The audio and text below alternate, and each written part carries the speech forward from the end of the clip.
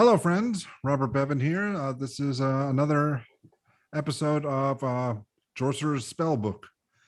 With me is Sam West. Hello. Hello.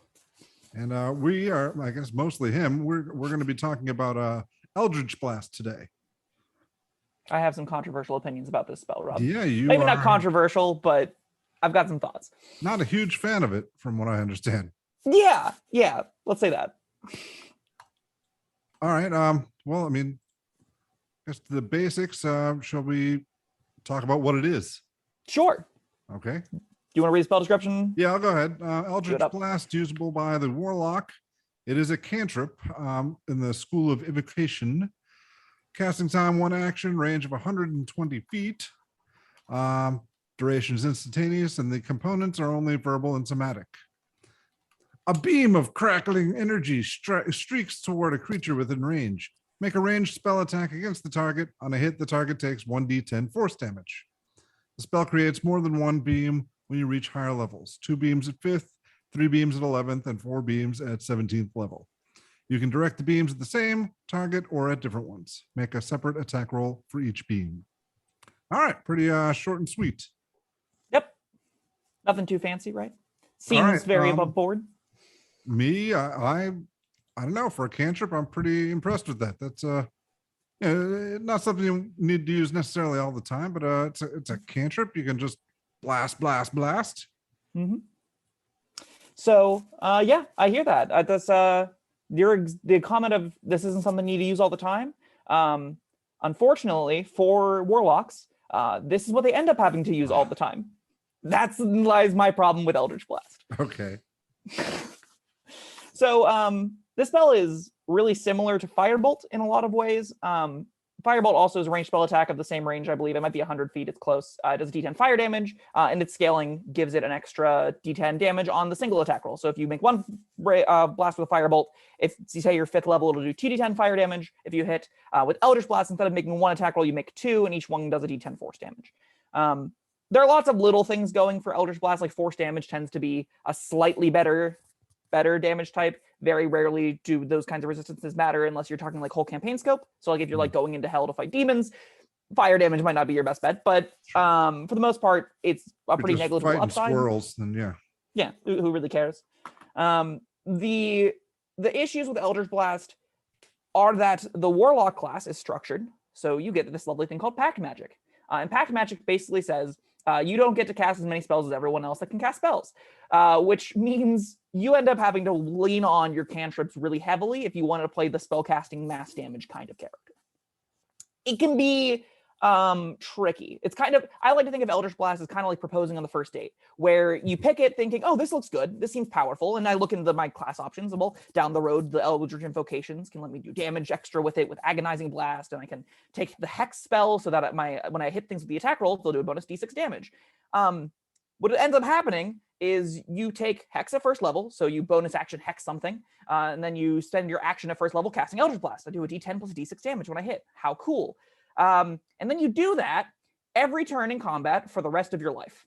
And it really isn't that fun. It really isn't. Yeah, maybe not in the game, but I bet it would be a lot of fun if you were really doing it. Sure. There are all kinds of builds around it. It's scaling at 5th level means you can make 2 attacks, so you're doing 2d10 plus 2d6, so it scales really well with Hex. You take Agonizing Blast, it suddenly becomes a really powerful spell, and you end up sinking a lot of your customization options into it, and as opposed to being able to do more things that interact with the world in more ways, you're doing one thing that interacts with the world in the same way, and that's just, I don't find that to be a particularly engaging or exciting play experience. Most of the complaints I hear about people when they play Warlocks is, well, if I don't do the same thing every single turn, I'm not using any of the features that I built and took, so I guess I'm just going to do the same thing and cast Eldritch Blast 150 times. Okay, that's like I told you before we started recording, I've never actually played a Warlock, but you are a big fan of Warlocks. I am. And so that begs the question, if not Eldritch Blasting your way through the entire game, what do you like to do as a Warlock? That's a great question. Thank you. Honestly, short swords and short bows are your best friend. Getting a +2 dex in your warlocks and just taking a ranged weapon, you're probably going to have a better time than an Eldritch Blaster. You're also going to have a lot more flexible things to do, and you're going to have less of like it's called this idea of an invocation tax, where you have to take specific invocations so you can feel like you're doing cool things in combat. You don't really have that much weight if you just take a short bow or take 2 short swords. Additionally, like you're going to find that even taking things like Poison Spray, which does slightly more damage front-loaded as a D12 instead of a D10, but only has a range of 10 feet, you're going to find that that spell gives you more interesting moments in combat, just because people look at the range of a spell and the longer distance, making it more powerful, and be like, well, if I can cast this from wherever, that's great. That's all upside. It is, and that can make situations feel very samey. If I don't have to move on my turn ever, because whatever I'm attacking is always within range of me, I'm making less decisions. I have less interesting choices to make. I'm not necessarily engaging specific monsters. I don't care about my positioning as much. And I can just be like, okay, well, we're on the battle map. I guess I'm in the back line. I have never needed to move this encounter, and I have spent my turns doing the exact same action. If you only have Poison Spray at your disposal and a short sword, or a short bow and Poison Spray as alternate examples, there's some amount of encouragement to shake up your regular gameplay pattern. There's some amount of encouragement to go and try and do different things, which I think leads to a lot more satisfying gameplay experience. From my perspective, it sounds more like you're just gonna take more of a beating. A little bit, you might. But then, I mean, listen, you can get right up in somebody's face and Eldritch Blast them if you want to. but you never feel like there's a reason to, right? And Oh, no. Alternatively, right, because you're not going with Eldritch Blast, because you don't take Agonizing Blast, perhaps because you don't leaning on the spell, you can take things like Fiendish Vigor. You can use False Life at will, which is a free 8 temporary hit points all the time. You can have Armor of Shadows built into your kit as well. Warlocks, like Fiendlocks in particular, are really great tank options for Warlock, believe it or not. You can do some really cool builds where like you're Pack of the Blade great sorting people to death, and you take like a +1 charisma modifier because who needs to spellcast, and you're basically playing a better fighter in a lot of cases. Warlocks, I think people go into the Warlock class and they see Eldritch Blast and they go, oh, this is how they use spells. This is how they're spellcasters. Sure, yeah. I don't think Warlocks are actually close to full casters in comparison. And I think Eldritch Blast is often one of the big proponents of making people try to make it a full caster and then just being bored with it whenever the wizard's casting their 7th level spells and the Warlock is just firing 3 Eldritch Blasts around. It is undoubtedly going to be powerful, and I think that's why I have so much of a problem with it. At 11th level, getting 3 attack rolls a turn that do a D10 plus charisma modifier damage, that's a lot. You can dip 2 levels into Sorcerer for Quicken Spell, and you're firing off 6 around, and you can do some really munchkiny builds where you're like Gatling gunning from the corner, where you just have your fighter pick you up, and you're just like laying waste to everything in front of you with Eldritch Blasts. I don't, man, you're making it sound awesome. It is awesome the one time you do it. If you're going to play a one-shot, play a Gatling Gun Sorcerer or a Gatling Gun Warlock. They're really fun in a one-shot. If you're going to play a 20-level campaign, my personal experience is take 5 levels in Warlock, don't take Eldritch Blast, and then do anything else, and you will have a really good time. Because if you're going the Eldritch Blast Warlock path, you're just never going to do anything else. Again, you proposed on the first date, you were married to the idea, and you can't really do anything else, and there's no incentive to do anything else because it's already so good, so you just end up having a pretty boring time. It's like Moon Druids in a lot of ways. Have you played with Moon Druids before, Rob? No, I have not. Oh.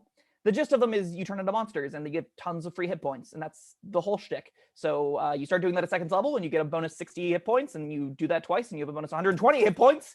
And doing that at 2nd level is pretty game breaking in a lot of DM's cases. And then at higher levels, you're like, oh, well, I'm going to turn into a T-Rex and I'm going to bite and I'm going to wait. And I'm going to turn into a T-Rex again and I'm going to bite and then I'm going to wait. And it just becomes, yeah, it's good, but is it that fun? Is it that fun? It's not that fun. That's my personal opinion, at least. Sure. All right. I got nothing else to say. Yeah. It's a pretty basic spell, and I'm glad you had quite a lot to say about it, because I get to make a video out of this.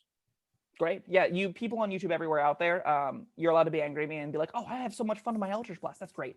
Yeah, please leave angry comments. Yeah, angry comments are great for engagement. And I'm not saying you can't have fun playing Eldritch Blast Warlocks. I'm just saying I don't, and I wouldn't recommend it to new people or people trying Warlock for the first time. All right, well, that's Eldritch Blast. Thank you for joining me, Sam. Is there anything you'd like to plug? I'm at Crier Cobalt on Twitter. I'm small startup designer dungeons trying to get some traction and a little bit of a user base and slowly grow into something more. Maybe one day we're publishing some stuff. Who knows? We'll see where life takes me.